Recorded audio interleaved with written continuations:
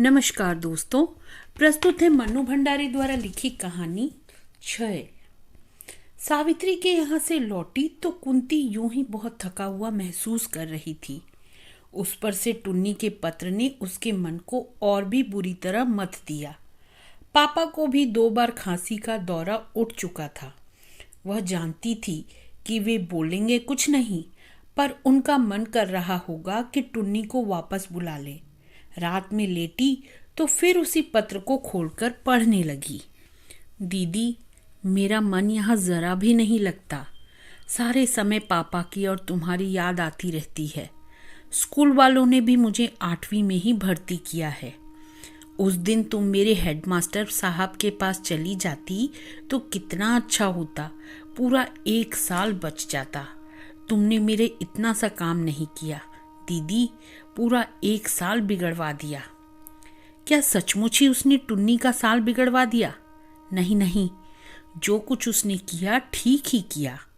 कोई उसके पास इस तरह की सिफारिश लेकर आए तो उसका वश चले तो वह स्कूल के फाटक से ही निकाल बाहर करे। वह शुरू से ही इतना कहती थी कि टुन्नी पढ़, मेहनत कर, पर उस समय पापा को टुन्नी बच्चा लगता था। अब फेल हो गया तो जान पहचान का फायदा उठाओ, सिफारिश करो। उसने जो कुछ किया ठीक किया। स्कूलों में यह सब देखकर उसका मन आक्रोश, दुख और ग्लानि से भर जाता है। पर होता है और वह देखती भी है। लेकिन उससे क्या हुआ? वह स्वयं ऐसा कभी नहीं करेगी। जिस दिन पापा ने उससे यह बात कही थी, वह अवाक सी उनका मुंह देखती रह गई थी, जैसे विश्वास ना हो रहा हो कि पापा भी कभी ऐसी बात कह सकते हैं, और वह भी कुंती से। कुंती आज जो कुछ भी है, विचारों से, विश्वासों से पापा की ही तो बनाई हुई है। लेकिन पापा बदल गए हैं, बहुत बदल गए हैं। शायद यह बीमारी ही ऐसी होती है कि आदमी को बदलना पड़ता है। कुंती स्वयं महसूस करती है कि उसके जिस आशीर्वाद और दृढ़ आत्मविश्वास पर पापा कभी गर्व किया करते थे, उसी पर आज वे शायद दुख करते हैं। उन्हें लगता है जैसे कुंती को बनाने में वे कहीं भूल कर बैठे हैं। वह अपना मन टटोलने लगी। क्या सचमुच ही कुछ गलत विश्वास और गलत सिद्धांत वह पाल बैठी है? सामने वायलिन पड़ा था। वह उठी और वायलिन लेकर छत पर चली गई। जब उसका मन बहुत खिन्न होता है, उसे वायलिन बजाना बहुत अच्छा लगता है। रात के सन्नाटे में मन का अवसाद जैसे संगीत की स्वर लहरियों पर उतर उतर कर चारों ओर बिखरने लगता है। वह आंख मूंदकर बेसूध सी वायलिन बजाने लगी। उसकी त्रस्त आत्मा, खिन्न मन और शिथिल शरीर धीरे धीरे सब थिरकने लगे। वह किसी और ही लोक में पहुंच गई। खो खो खो, पापा की लगातार खांसी से उसकी तन्मयता टूटी। एकाएक ही अंगुलियां शिथिल हो गई और वायलिन ठोड़ी के नीचे से सरक कर छाती पर आ टिका। वह नीचे आई। पापा को आज 3री बार दौरा उठा था। उन्हें दवाई दी और पास बैठकर तब तक पीठ सहलाती रही जब तक वे शांत होकर लेट नहीं गए। जब वह अपने कमरे में आकर लेटी तो रात करीब आधी बीत चुकी थी। आज सावित्री के यहाँ उसका पहला दिन था। उसे ख्याल आया, कल जब वह स्कूल जाएगी तो मिसेज नाथ उसे देखकर वैसे ही व्यंग्यात्मक ढंग से मुस्कुराएंगी। उसकी इस मुस्कुराहट ने हमेशा ही उसके मन में घृणा पैदा की है। उसे लगा जैसे कल वह इस मुस्कुराहट का सामना नहीं कर सकेगी। उसका उपहास करती, उस पर आरोप लगाती सी मिसेज नाथ की मुस्कुराहट अंधेरे में एक बार उसके सामने कौंध गई। कुंती ने करवट बदली तो मकान मालिक के बच्चों के मास्टर का दयनीय सूखा सा चेहरा उसके सामने उभर आया। एक यह व्यक्ति है जिसने उसके मन में हमेशा अपने काम के प्रति अरुचि उत्पन्न की है। ओह, क्या क्या कल्पनाएं थी उसके मन में अध्यापन को लेकर। लेकिन मिसेज नाथ, यह मास्टर। कुंती ने फिर करवट बदल ली। 1 महीने में ही घर का जैसे सब कुछ बदल गया। उसे वह दिन याद आया जब वो डॉक्टर के यहाँ से पापा की एक्सरे प्लेट के साथ रिपोर्ट लेकर आई थी कि उन्हें क्षय है। रास्ते भर वह यही सोचती आई थी कि पापा को रिपोर्ट कैसे देगी, उन पर उसकी क्या प्रतिक्रिया होगी। दवाइयों का लंबा नुस्खा और हिदायतों की लंबी सूची समस्या के दूसरे पहलू को भी उभार उभार कर रख रही थी। कैसे वह सब करेगी?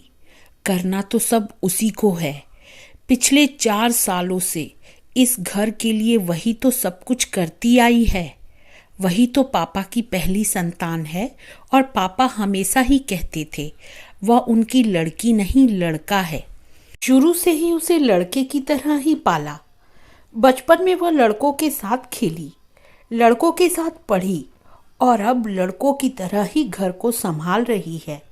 पर अब घर पहुंची तो पापा पलंग पर लेटे हुए थे। उसने चुपचाप वह लिफाफा उनके हाथ में थमा दिया और नौकर को चाय लाने का आदेश देकर अंदर चली गई। वह प्रतीक्षा कर रही थी कि पापा उसे बुलाएंगे, कुछ कहेंगे, पर उन्होंने नहीं बुलाया। क्या पापा को रिपोर्ट देखकर सदमा लगा?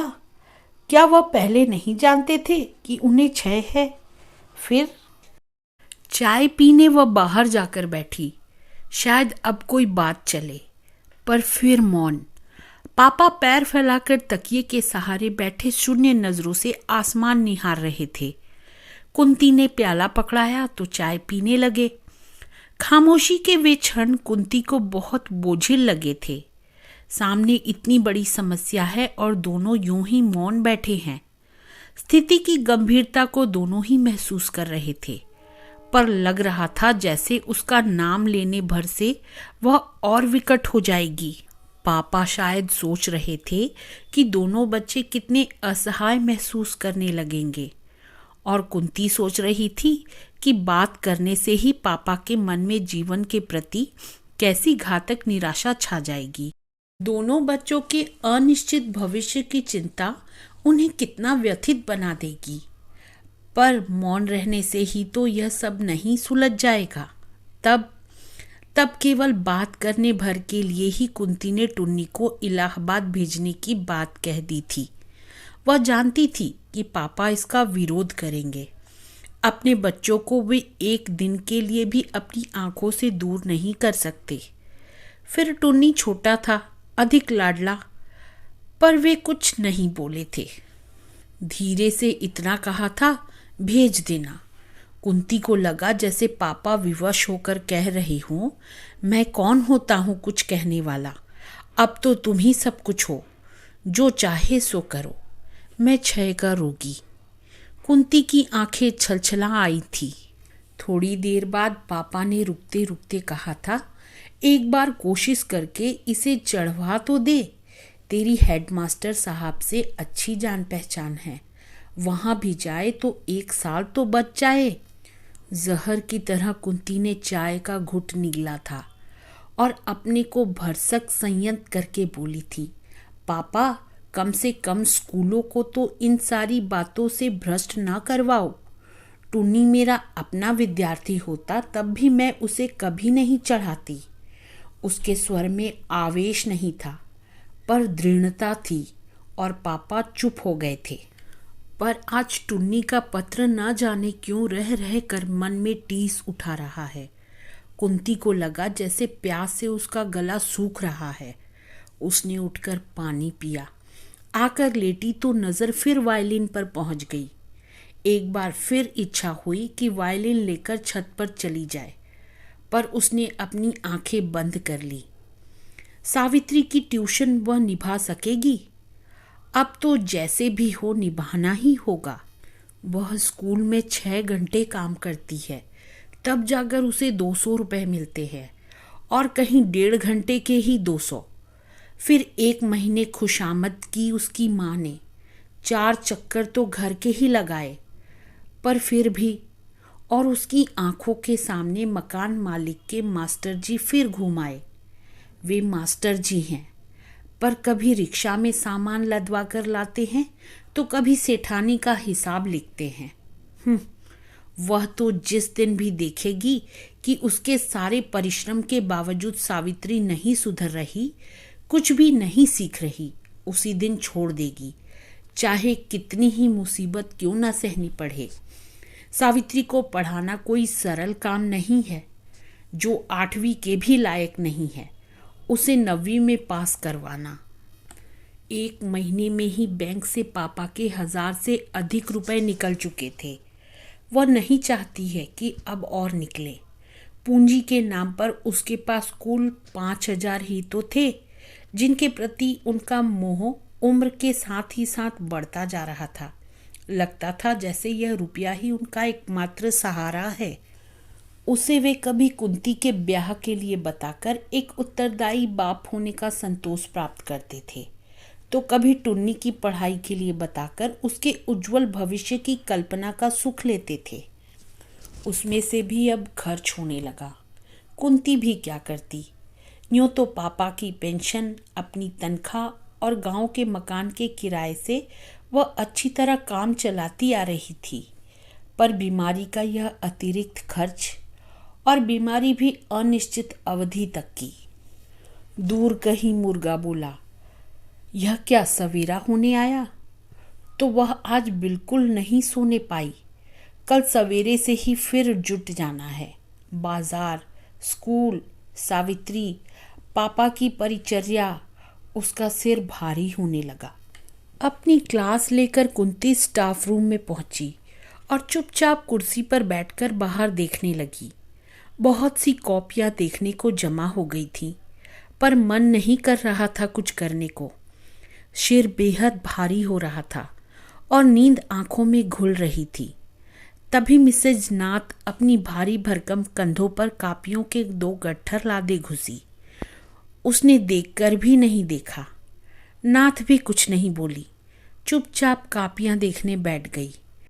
कुंती ने सोचा, क्या इन्हें मालूम नहीं हुआ है कि मैंने सावित्री के यहाँ ट्यूशन कर ली है? हो सकता है आज न हुआ हो, पर कल तो होगा ही। तब फड़फड़ाती हुई एक कापी फर्श पर गिरी तो कुंती ने चौंक कर पीछे देखा। नाथ ने गुस्से में आकर किसी लड़की की कापी ही उछाल दी थी और बड़बड़ा रही थी, दिमाग में गोबर भरा है और पढ़ने का शौक चर्राया है। अपने घर बैठो, खाओ पियो और मौज करो, न जाने कहाँ कहाँ से दिमाग चाटने आ जाती हैं। कुंती फिर बाहर देखने लगी। यूँ वह इस 1 साल में इन सब बातों की काफ़ी अभ्यस्त हो चुकी थी। फिर भी लड़कियों पर यूँ झुंझलाना, ऐसे अपशब्द कहना उसे कभी अच्छा नहीं लगता। फिर पढ़ी लिखी, सभ्य सुसंस्कृत महिलाओं के मुंह से निकले हुए ऐसे शब्द जो इतनी छात्राओं की अध्यापिकाएं हैं, उनकी आदर्श हैं। उसे याद आया जब पहली बार उसने इन्हीं नाथ को डांटते हुए सुना था, तो आश्चर्य और गुस्से के साथ साथ उसे बेहद हंसी भी आई थी। वे गुस्से से कांपती हुई जोर जोर से स्केल को मेज पर पटककर सामने खड़ी थर थर कांपती किसी लड़की को कह रही थी, कल यदि पाठ याद करके नहीं आई तो इस चलते हुए पंखे में लटका दूंगी। और कुंती को पंखे से लटकी हुई लड़की की कल्पना ने बेहद हंसाया था। एक वह थी जो अपनी कमजोर छात्राओं को सवेरे जल्दी आकर पढ़ाया करती या देर तक ठहर कर पढ़ाती। स्नेह और सहानुभूतिपूर्ण व्यवहार से उनके खोए आत्मविश्वास को जगाती।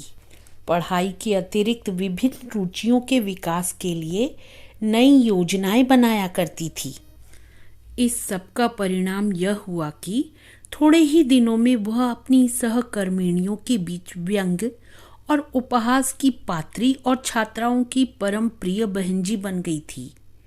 पर साल भर बीतते बीतते उसका भी उत्साह बहुत कम हो गया था। कापियां देखते समय उसने कई बार अपने परिश्रम की व्यर्थता महसूस की थी, पर फिर भी ऐसे अपशब्द, इस तरह झल्लाना। सुना है सावित्री की माँ ने उसे किसी दूसरे स्कूल में 9वीं कक्षा में भर्ती करवा दिया है और शायद तुमने उसे घर पर पढ़ाना मंजूर कर लिया है। बात कुंती से ही कही गई थी, पर कुंती ने न मुड़कर उधर देखा न जवाब ही दिया। पैसे के जोर से 9वीं कक्षा क्या, मैट्रिक का सर्टिफिकेट भी मिल सकता है। और भाई, हमने तो पहले ही कहा था कि ऐसी अच्छी ट्यूशन भाग्य से ही मिलती है। तब सामने वाला खुशामद कर रहा है तो हमें क्या, सीखे ना सीखे हमारी बला से। हम तो जितना समय तय हुआ है पढ़ाकर आ जाते हैं। अच्छा कुंती, कितना लोगी? नाथ के शब्द कुंती को बुरी तरह बेध रहे थे। बिना मुड़े ही उसने जवाब दिया, मैंने लेन देन की कोई बात नहीं की। 1 महीने में यदि वह कुछ सीखेगी तो पढ़ाऊंगी, नहीं तो छोड़ दूंगी। और उसे लगा कि नाथ के चेहरे पर फिर वही व्यंग्यात्मक मुस्कुराहट फैल गई है, मानो कह रही हो अभी नई नई हो, इसलिए ये सब कह रही हो, धीरे धीरे अपने आप रास्ते पर आ जाओगी।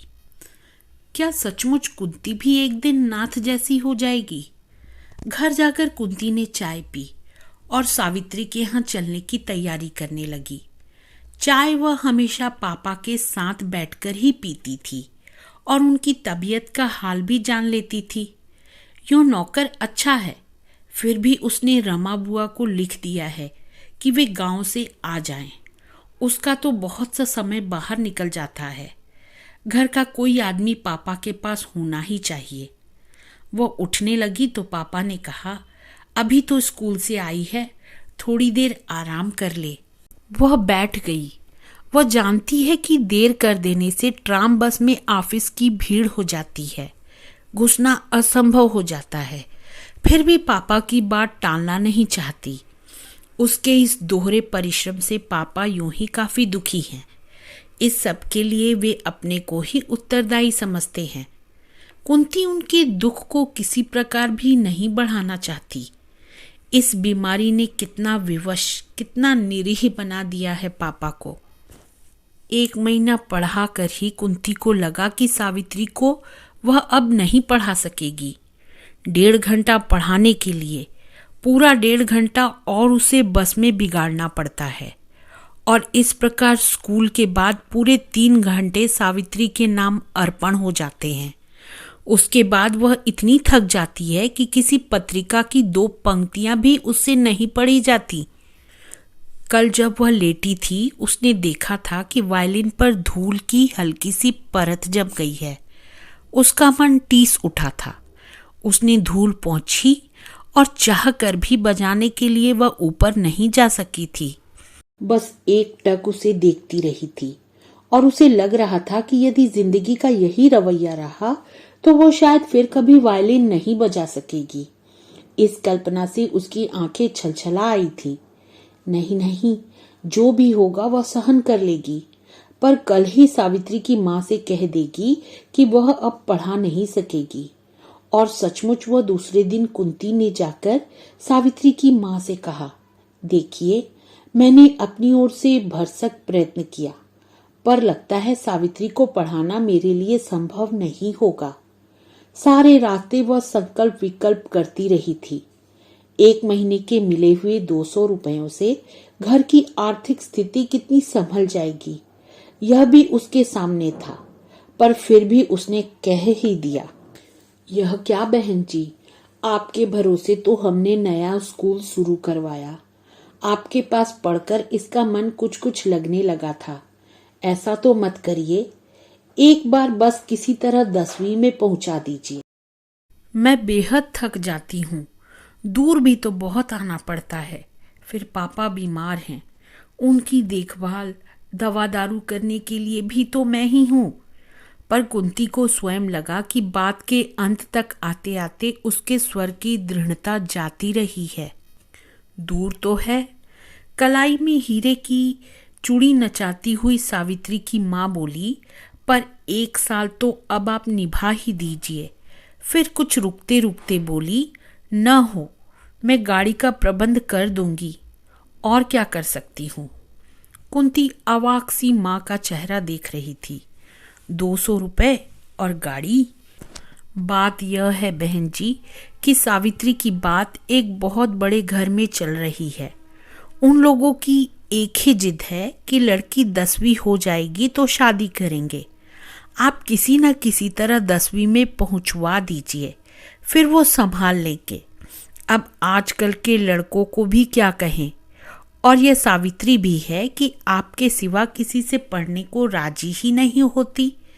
आप आइए, गाड़ी का प्रबंध मैं कर दूंगी। उस दिन कुंती गाड़ी में बैठकर घर लौटी। जैसे ही गाड़ी कोठी के फाटक में घुसी, उसने देखा मकान मालिक के यहाँ वाले मास्टर साहब रिक्शा में सामान लदवाए चले आ रहे हैं।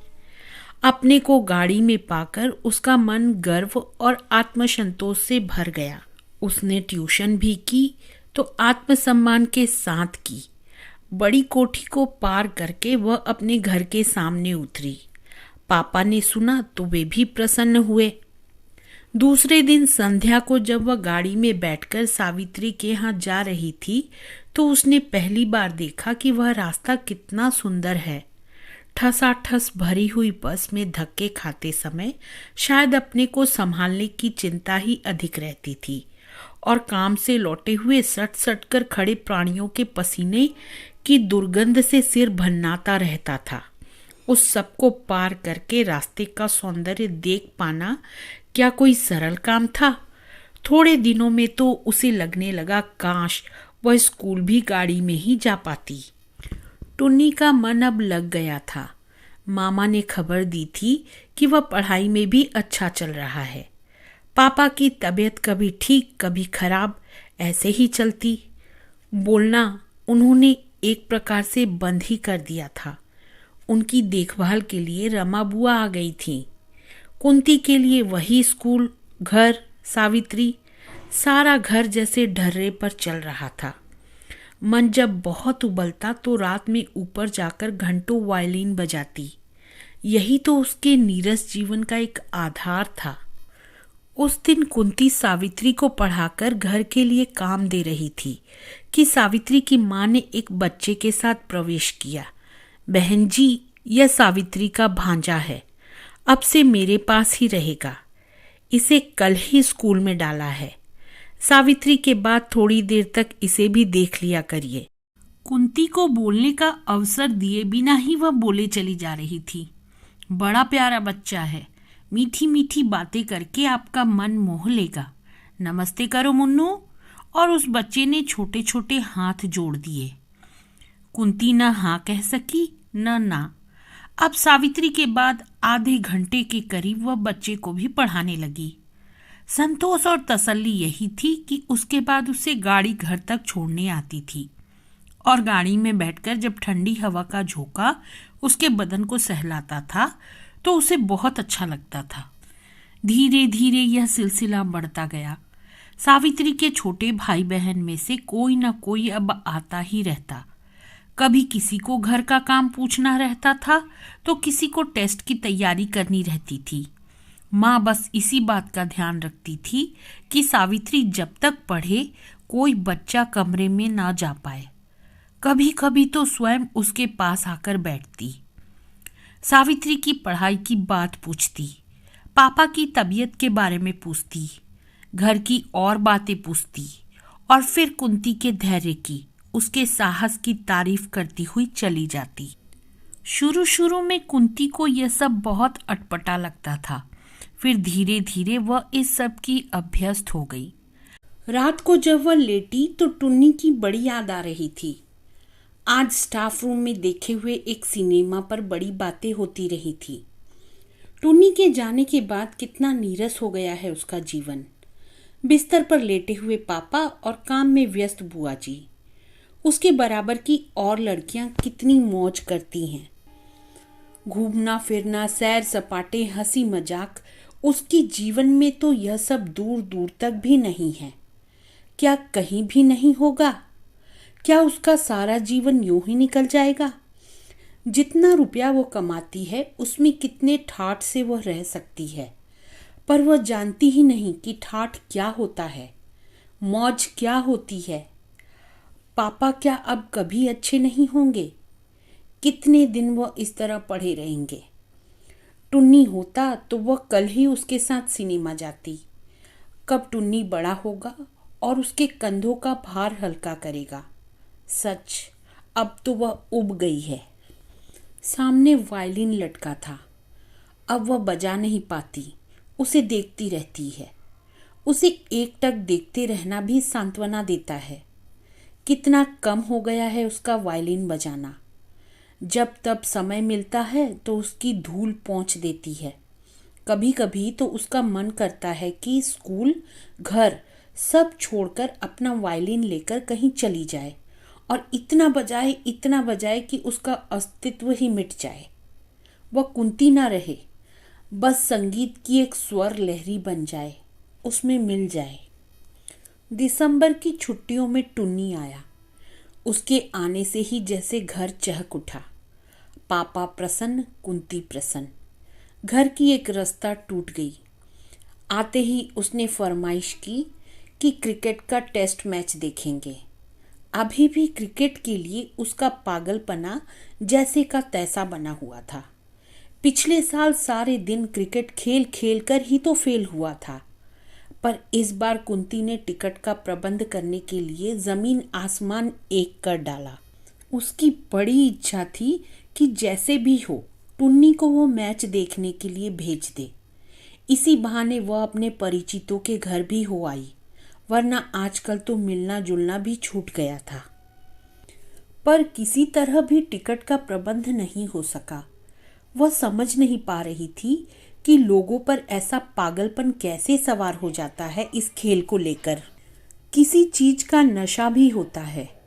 यह सब वह जैसे धीरे धीरे भूलती जा रही थी। उसने टुन्नी को समझा दिया कि कमेंट्री सुनकर ही संतोष कर लेना। सावित्री के यहाँ पढ़ाने गई तो सावित्री ने डरते डरते कहा, बहन जी कल मत आइए, हम मैच देखने जाएंगे। अच्छा, तुम लोगों को टिकट मिल गए? मेरा छोटा भाई भी आया हुआ है इलाहाबाद से, पागल हो रहा है, पर किसी तरह टिकट का इंतज़ाम नहीं हो सका। माँ से पूछूं, शायद एकाध ज़्यादा हो। और सावित्री दौड़ गई। कुंती सोच रही थी उसे इन लोगों का ख्याल क्यों नहीं आया अभी तक। माँ आई, टेलीफोन किया और कहा, आप उसे तैयार रखिए 9 बजे, बच्चे गाड़ी में उधर से ही उसे लेते जाएंगे। कुंती प्रसन्न हो गई। टुन्नी सुनेगा तो कितना प्रसन्न होगा। वह जबरदस्ती इन लोगों से खिंची खिंची रहती है, कितना अपनापन रखती है बेचारी। पापा के बारे में भी हमेशा पूछती रहती है, कहती रहती है किसी भी तरह की ज़रूरत हो तो कहिएगा। इस व्यवहार में क्यों ज़रूरत से ज़्यादा रुखी है। टुन्नी इलाहाबाद लौट गया। उसी सप्ताह 2 बार पापा की तबीयत बहुत खराब हुई। कई दवाइयाँ बदली, विशेषज्ञ को भी बुलाना पड़ा और न चाहकर भी कुंती को फिर बैंक से 500 रुपये निकालने पड़े। आखिर वह क्या करे, अब बचे ही कितने हैं, वे भी समाप्त हो जाएंगे तब। कुंती नहीं जानती कि तब वह क्या करेगी। सावित्री के छमाही इम्तिहान का फल निकलने वाला है। वह पहले से कुछ सुधरी है, पर 9वीं में वो पास नहीं हो सकती, यह कुंती जानती है। उसने तो पहले भी कहा था, पर माँ को एक ही जिद है कि जैसे भी हो उसे 10वीं में भेजना है। तो वह क्या करे। वह पूरा परिश्रम करती है, जी जान लगाकर पढ़ाती है। परीक्षा फल अच्छा नहीं निकला तो माँ क्या कहेगी। वह पहुंची तो पहले माँ से ही मुलाकात हुई। लीजिए, आपकी ही बात कर रही थी, इस बार मेरा एक काम आपको करना होगा। कुंती की जिज्ञासु आंखें माँ के चेहरे पर टिक गई। मेज की दराज में से एक थैला निकालकर वह बोली, उस दिन आपका भाई जैसा स्वेटर पहने था वैसा एक मेरे लिए भी बना दीजिए। मैं तो यह काम जानती नहीं, उसका स्वेटर मुझे बहुत ही पसंद आया। बाहर से किसी के बुलाने पर माँ थैला मेज पर छोड़कर चली गई और फिर लौटकर आई ही नहीं। कुंती लौटी तो उसके हाथ में ऊन का थैला था। घर आते ही बुआ ने बताया, डॉक्टर साहब आए थे, एक नुस्खा दे गए हैं। उसने बिना देखे ही नुस्खा पर्स में पटक दिया। पापा के पास पहुंची तो वे आंखें बंद किए सो रहे थे। एक क्षण वह उनके मुरझाए जर्द चेहरे को देखती रही, फिर भारी मन से लौट आई। उस रात उसने खाना भी नहीं खाया। चुपचाप पड़ी पड़ी वायलिन को ही देखती रही। फिर आंखें मूंदी तो कोरों से आंसू ढुलक पड़े। आखिर जिस बात का डर था वही हुआ। सावित्री छमाही इम्तिहान में फेल हो गई। कुंती पहुंची तो देखा सावित्री रो रही थी। माँ का पारा चढ़ा हुआ था। कुंती को देखते ही बोली, यह देखिए, यह निकला रिजल्ट। आप तो कहती थी कि अब सुधर रही है, निकल जाएगी, सभी में तो फेल है। नहीं बहन जी, अब तो यह पढ़ाई छुड़ानी ही पड़ेगी। पढ़ना लिखना इसके बस का नहीं। फिर वह सगाई की बात भी खत्म हुई। अब कौन पानी की तरह रुपया बहाए। देखो, कुंती ने रिपोर्ट हाथ में लेते हुए कहा, पेपर्स इतने खराब नहीं किए थे कि सभी में फेल हो जाती। पर उसे रिपोर्ट में लाल धब्बे के सिवा कुछ भी नहीं दिखाई दे रहा था। सावित्री की रिपोर्ट के लाल धब्बे, पापा के कफ में खून के लाल धब्बे, सब जगह बस लाल लाल। मैं तो अभी भी कहती हूँ, एक बार इसके स्कूल जाइए, इसकी टीचरों से मिलिए। स्कूल जाने से बात ही दूसरी हो जाती है। कुछ उम्मीद हो तो पढ़ाई जारी रखें, नहीं तो किस्सा खत्म करें। और कुंती सोच रही थी, उसके घर आकर उसकी खुशामद करने वाली माँ और यह माँ क्या एक ही है। मैं स्कूल जाकर पता लगाऊंगी, बात करूंगी। वार्षिक परीक्षा में तो इसे पास करवाना ही है। अब आप जिम्मा लें तभी पढ़ाऊंगी। जैसे भी हो पास करवा दीजिए। कुंती जानती है कि ऐसा जिम्मा कोई नहीं ले सकता और ले तो निभा नहीं सकता। फिर भी उसने कहा कि वह पूरी कोशिश करेगी। और सचमुच कुंती सावित्री के स्कूल गई। सौभाग्य से वहाँ की अध्यापिकाओं में एक पुरानी परिचिता मिल गई। पर वहाँ वह पूछताछ के अतिरिक्त कर ही क्या सकती थी।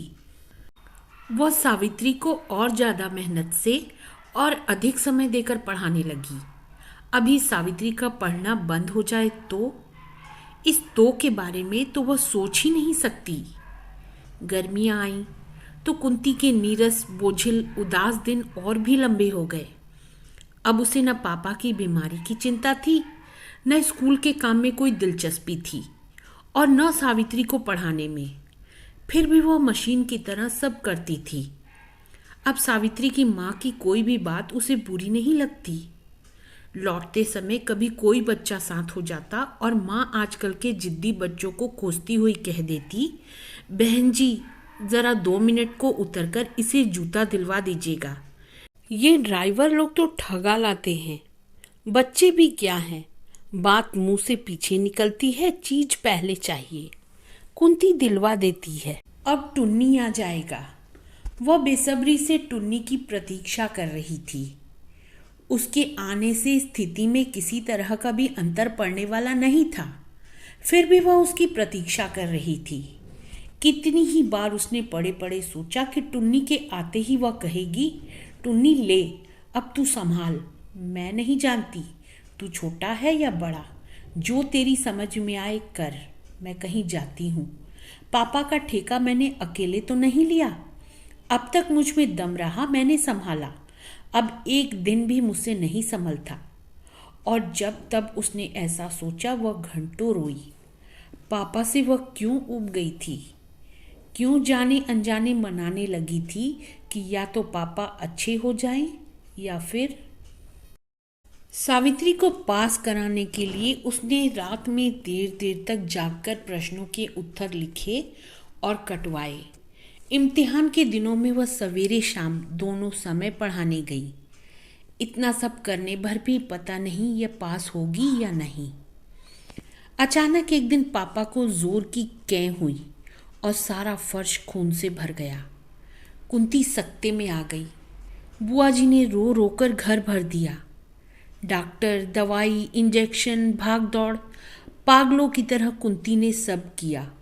वह खुद नहीं जानती उसमें इतनी शक्ति कहाँ से आ गई। विशेषज्ञ के कहने पर पापा अस्पताल में भर्ती करवा दिए गए। कुंती अस्पताल से लौटी तो बुआ ने सारा घर धो रखा था। घर में पैर रखते ही उसे एक विचित्र सी अनुभूति हुई। लगा जैसे वह उन्हें कुछ दिनों के लिए अस्पताल में नहीं छोड़कर आई है, वरन हमेशा हमेशा के लिए कहीं छोड़कर आई है, जहाँ से वे अब कभी नहीं लौटेंगे। वह सिहर गई। टुन्नी को तार देकर बुला ले? नहीं, 2 दिन बाद उसकी परीक्षा समाप्त होगी, तभी बुलाएगी। कहीं बीच में ही आ गया तो साल भर फिर खराब हो जाएगा। 1 साल तो पहले ही खराब हो चुका है। 2 दिन बाद ही कुंती को सावित्री की माँ से 500 रुपये मांगने पड़े। माँ ने रुपए दे दिए। उसने जल्दी से उन्हें लौटाने का आश्वासन दिया। इम्तिहान हो चुके थे। पढ़ाने का काम इतना नहीं था। यूं ही इधर उधर का कुछ करवाकर कुंती लौटी तो माँ ने कहा, बहन जी, अब तो सावित्री का रिजल्ट निकलने वाला है। आप एक बार ज़रा स्कूल में जाकर देखाइए ना। ऊंच नीच हो तो अभी कुछ करवा डालिए। रिजल्ट निकलने के बाद बड़ी मुश्किल हो जाती है। अभी जाना चाहे तो गाड़ी नीचे खड़ी है। जी, इस समय तो अस्पताल जाना है। फिर मैं सोचती हूँ इस बार वह वैसे ही पास हो जाएगी। कोई भरोसा नहीं बहन जी, कल आप स्कूल के समय आकर चली जाइए। यह सब करवाने का जिम्मा अब तो आपका ही है। कुछ देने लेने की बात हो तो भी कोई चिंता नहीं, उस स्कूल में सब चलता है। बस ज़रा बात करने का ढंग चाहिए। जी, कल जाकर देखूंगी। मैं तो सोचती हूँ कि वह यूं ही पास हो जाएगी। सोचिए वोचिए मत, आप चली ही जाइए। उतरते उतरते कुंती ने सुना। रात में सोई तो सोच रही थी कि ये 500 रुपये कैसे चुकाएगी। मामा को लिख दे कि गांव का मकान बेच दे। मामा को एक बार कम से कम आकर तो देखना चाहिए था। आज कितना असहाय वो अपने को महसूस कर रही थी। इतनी बड़ी दुनिया में क्या कोई भी ऐसा नहीं है जो इसकी पीठ पर आश्वासन भरा हाथ रखकर 2 शब्द सांत्वना के ही कह दे। रोते रोते उसकी हिचकियां बंध गईं। अचानक ही उसके मुंह से निकला, हे भगवान, अब तू पापा को उठा ले। मुझसे बर्दाश्त नहीं होता, मैं टूट चुकी हूँ। और फिर उसने दोनों हाथ कसकर मुंह पर रख लिए, मानो मुंह से निकली हुई इस बात को वापस धकेल देना चाहती हो। सामने वायलिन लटका था। उस पर धूल की मोटी सी परत जम गई थी। वायलिन बजाना तो उसका कभी का छूट चुका था। जब तब उसकी धूल पोंछ दिया करती थी, सो वह भी छूट गया।